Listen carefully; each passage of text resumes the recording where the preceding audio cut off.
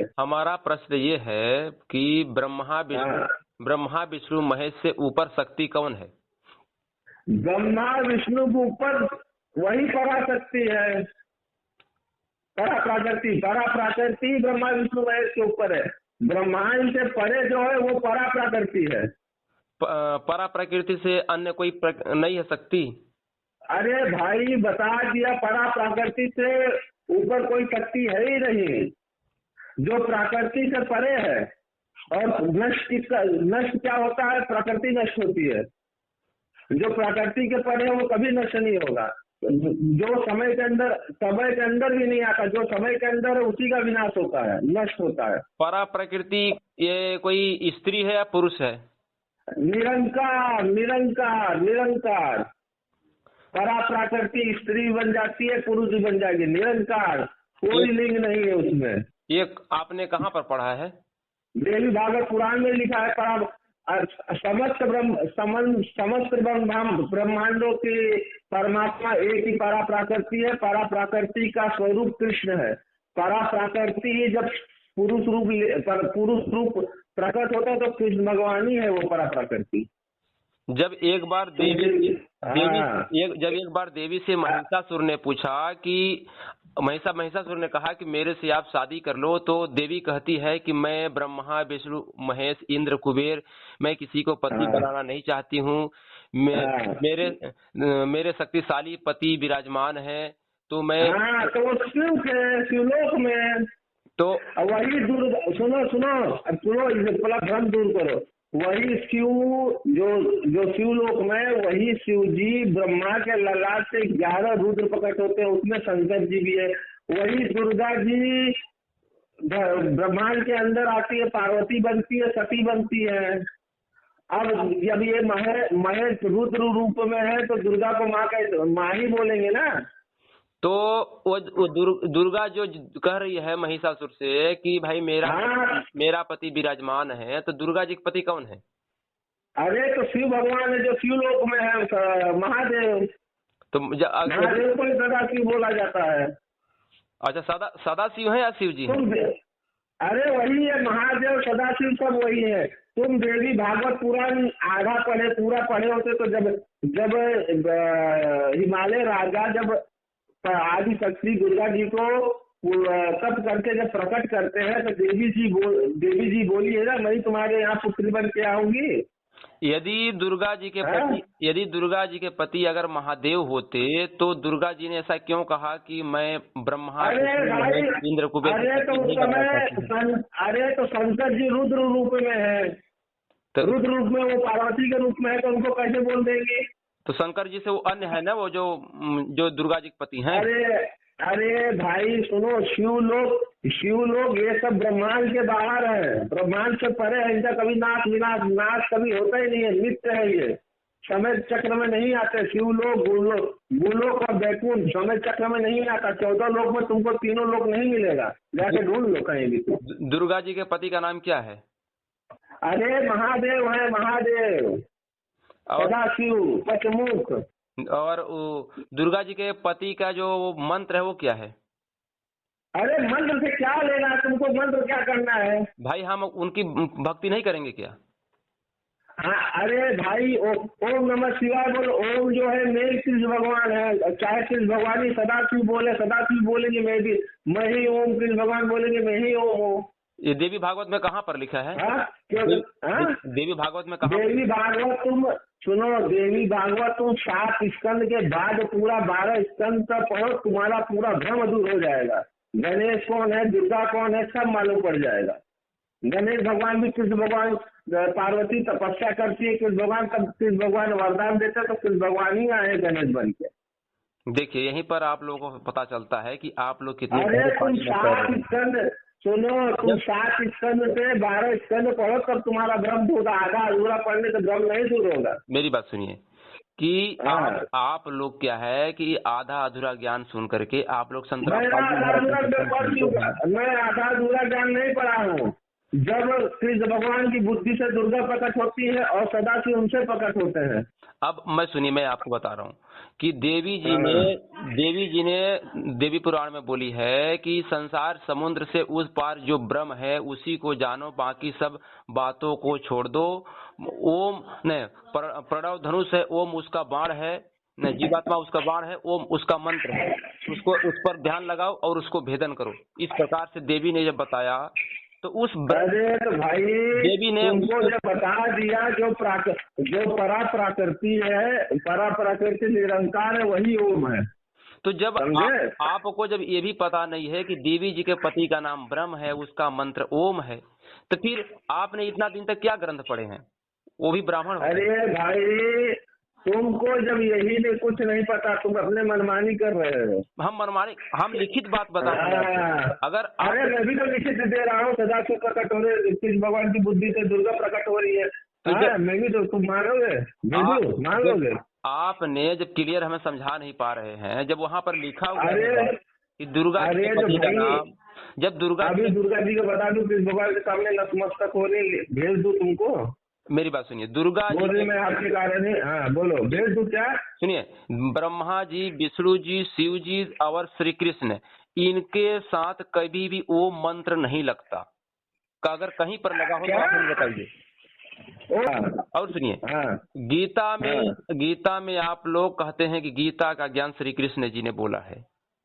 अब गीता का ज्ञान में आप श्री कृष्ण जी को बताइए, सिद्ध करके दिखाइए कि कहाँ पर बोले श्री कृष्ण जी ने। कैसे आप लोग? हर जगह मैं लगा रहा हूँ, तो मैं अभी तुम बोलोगे मैं का मतलब क्या हो गया? अन्य कोई हो गया? वो अपने से अन्य जन, उसके लिए अगर कहीं पर लगा, 2-3 जगह लगा है तो उसके लिए मतलब क्या हुआ? अन्य के लिए हुआ या अपने लिए हुआ? अब वहाँ पर 2 लोग थे, बाकी सब समय बाकी वहाँ पर कौन था? तुम कृष्ण का सुने, अर्जुन जो बार बार अलग अलग नाम से कृष्ण भगवान को बुला रहे हैं, वो कहाँ चला गया? अर्जुन का अंधा था क्या? गीता अध्याय 8 श्लोक नंबर 13 में गीता का ज्ञान देने वाले भगवान ने कहा कि ओम इति एकाक्षरम ब्रह्म व्यवहारण माम अनुस्मृण्यः पर्याति तजद देहम सहयाति प्रमाम गति। बोले कि अरे भाई जो प्रकृति से परे है वही ओम है। हाँ, समझे? ब्रह्म कौन है? जो प्रकृति से परे है। हाँ, तो उसमें हम समझ, अब ब्रह्म प्रकृति सुनो, जो प्रकृति से परे है वो कभी नष्ट हो ही नहीं सकता, समय चक्र में आता ही नहीं। जो समय चक्र में नहीं आता वो कैसे नष्ट होगा? ब्रह्म और प्रकृति दोनों पति पत्नी हैं। अरे भाई तुम अन्न बंद ज्ञान लेके बकलोली कर रहे हैं, बोल रहे हो प्रकृति एक शक्ति है, शक्ति परमात्मा की। अच्छा, देवी भागवत पुराण पढ़ो, पूरा आधा अधूरा ज्ञान आधा ज्ञान लेते हैं तुमको। रुक जाइए, भागिए मत मैदान छोड़कर कि ब्रह्म की पत्नी का नाम प्रकृति नहीं है। अरे ब्रह्म कितने लोग तुमको पता है? कृष्ण जो प्रकट हुआ सब ब्रह्म है। सदाशिव ब्रह्म है, हरि वैकुंठ निवासी ब्रह्म है, महाविष्णु भी ब्रह्म है, राम भी ब्रह्म है। बोलो तुम कितने ब्रह्म है? बताओ, तुमको पता भी है कितने ब्रह्म है? हम दुर्गा जी भी ब्रह्म में आती है, राधा भी ब्रह्म में आती है। हम उसको नहीं करें, हमारा प्रश्न ये है कि ब्रह्म के पत्नी का नाम क्या है? आप हमें। अरे भाई पहले तुम बताओ ब्रह्म का अर्थ क्या होता है, ये बता दो तुम मुझे। ब्रह्म का अर्थ क्या होता है? तुम जाके गूगल में कहीं भी सोच, ब्रह्म का अर्थ क्या होता है मुझे इसका तुम उत्तर दे देना, तब मुझसे आगे बात करना। अब ब्रह्म अपने लेवल, ब्रह्म का अर्थ क्या होता है? सुनिए, ब्रह्म का अर्थ क्या होता है? हम बता रहे हैं, ब्रह्म अपने लेवल के परमात्मा है। ऐसा कहाँ लिखा अपने लेवल के परमात्मा है? ब्रह्म का अर्थ क्या होता है? ब्रह्म का अर्थ, हाँ उसका अर्थ मेरे को शास्त्र से लिखा हुआ बता दो, ठीक है? और मैं तुमको ब्रह्म का अर्थ तुमको वेद से ही बता दूंगा ब्रह्म कौन है। तो हम बता तो रहे हैं आपको, लिखित प्रमाण की गीता में लिखा है कि ब्रह्म बोल रहे हैं कि मैं ब्रह्म हूँ, मेरा मंत्र ओम है। अब उसको भी अगर आप नहीं मानते हैं तो फिर आप तो ग्रंथ से हाँ, तो ये ओम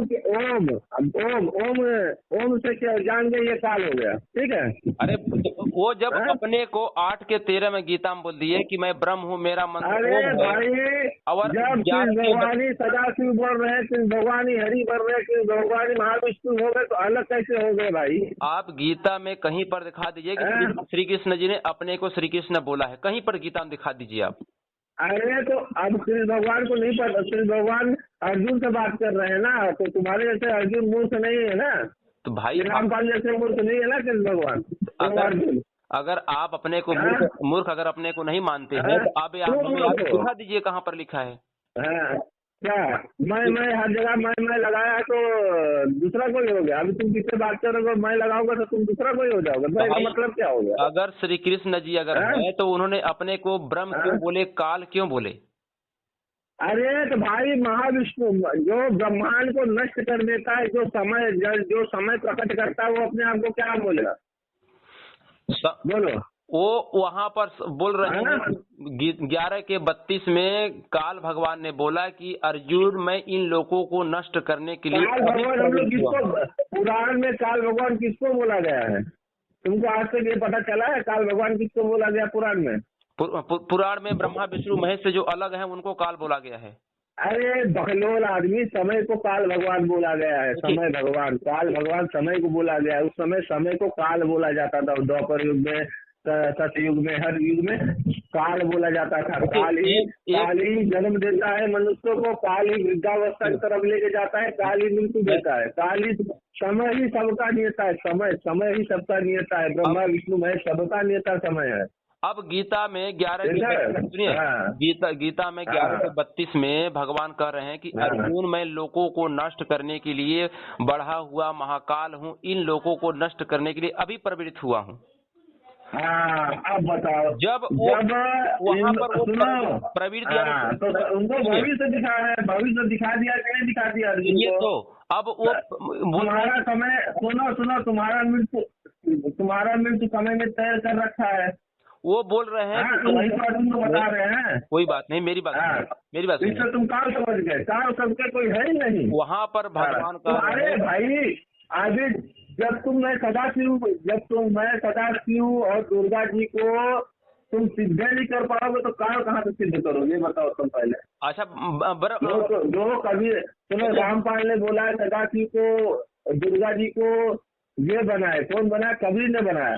मगर यही तुम सिद्ध नहीं कर पाओगे तो अभी तो तुम द्वापर युग से बातें छोड़ दो, पहले तुम्हारा ब्रह्मांड में पहले सिद्ध करो। आप ही के ऊपर, आप ही की बात से चलते हैं। आप बताइए कि गीता आपके हिसाब से जब गीता में श्री कृष्ण ने गीता का ज्ञान दिया तो उन्होंने अपने से अन्य परमेश्वर की शरण में जाने के लिए क्यों कहा?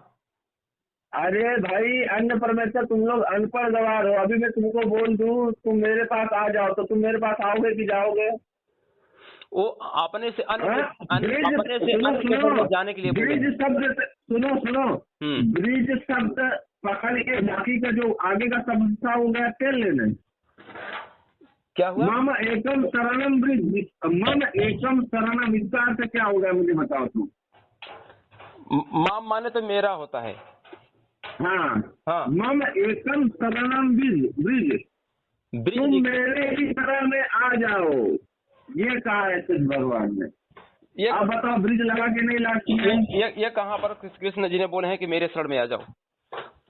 अरे बकलोल आदमी, अभी तुम लोग इतना धुआं ढूंढ इतना उपद्रव, लास्ट भागवत गीता का लास्ट श्लोक है।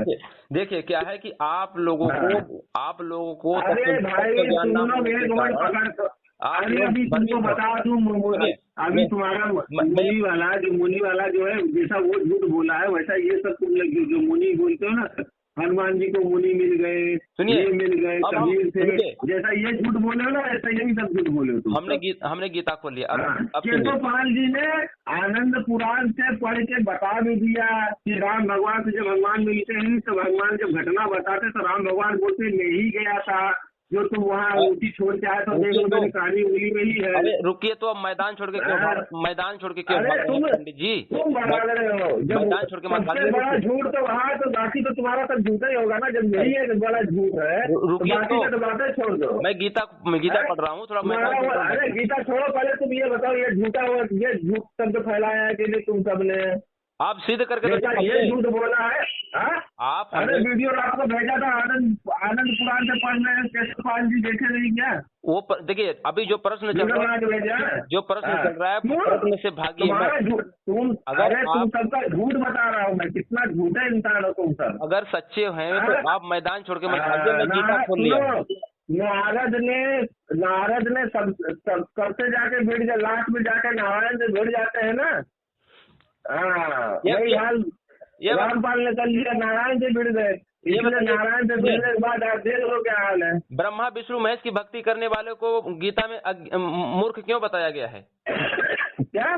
ब्रह्मा विष्णु महेश की भक्ति करने वाले को गीता में अज्ञानी। अरे भाई हम लोग उनकी पूजा करते हैं, भक्ति नहीं करते भाई। हाँ तो पूजा करते हैं, तो उनको राक्षस स्वभाव को क्यों बताया गया है अज्ञानी? ऐसा क्यों बताया है? अरे उसके आगे क्या लिखा है ये पढ़े कि नहीं पढ़े? बस उतने पढ़ के तुम बस जान के सिद्ध कर दिया। उसके आगे क्या लिखा है? हमने सुनो जिस यज्ञ में स्वधा की आहुति देते वह स्वाहा आप हो। रुकिए पढ़ के सुना दे रहे हैं क्या लिखा है। लिखा है गीता सुनिए मैं पढ़ के सुना रहा हूँ। गीता अध्याय 7 श्लोक नंबर 15। माया के द्वारा जिनका ज्ञान हरा जा चुका है, ऐसे आसुर स्वभाव को धारण किए हुए मनुष्यों में नीच दूषित कर्म करने वाले मूढ़ लोग मुझे नहीं भजते। अब देखिए यहाँ पर इनको मनुष्यों में